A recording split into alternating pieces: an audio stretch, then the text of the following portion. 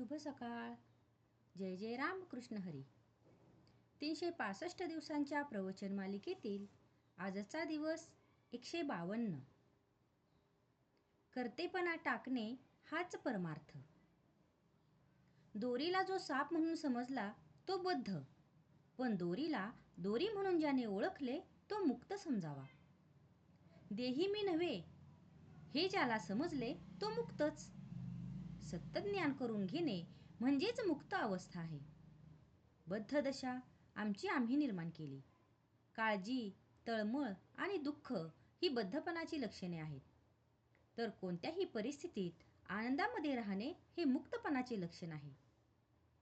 जागे होणे म्हणजे मुक्त दशेला येणे आहे.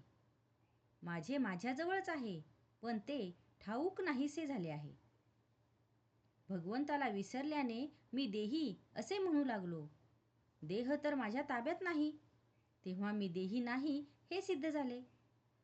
आपण कर्तेपण आपल्याकडे घेतो आणि त्याबरोबर सुखदुःखही आपल्याकडे येते. मला सुख नाही आणि दुःखही नाही असे ज्याला वाटेल तो मुक्त समजावा. कर्तेपण घातक असते.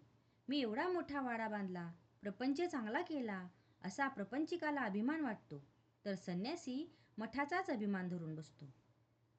म्हणजे या कर्तेपणाच्या बाधेतून दोघांचीही सहजी सुटका होत नाही.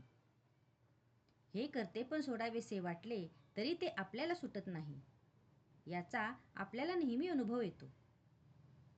भगवंताचे अस्तित्व पटल्यानेच कर्तेपणा कमी होतो.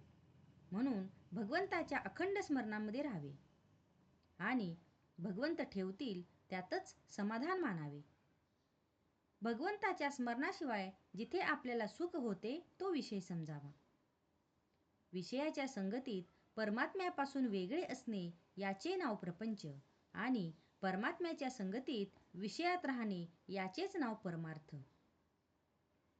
फळाची अपेक्षा ठेवून आपण जी कृती करतो ते कर्म होय, पण फळाची अपेक्षा न ठेवता आपण जे कर्म करतो ते कर्तव्य ठरते. आणि असे कर्तव्य भगवंताच्या स्मरणात करीत राहणे हाच परमार्थ. हे करीत असताना भगवंताला दृष्टीआड होऊ न देणे याचेच नाव अनुसंधान. समजा आपण एखादे चांगले पुस्तक वाचित बसलो आहोत आणि इतक्यातच आपल्या पायाला एक मुंगी चावली.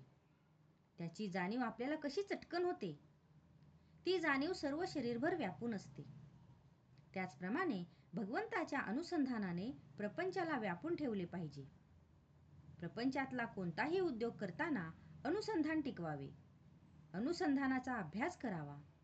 भगवंताचे अनुसंधान आपल्याला भगवंताकडे घेऊन जाते. मी अनुसंधान टिकवीन असा मनाशी निश्चय करावा.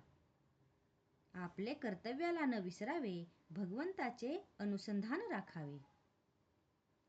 आजचा हा भाग तुम्हाला कसा वाटला हे कमेंट करून नक्की सांगा. कमेंटमध्ये लिहा. जय जय रामकृष्ण हरी.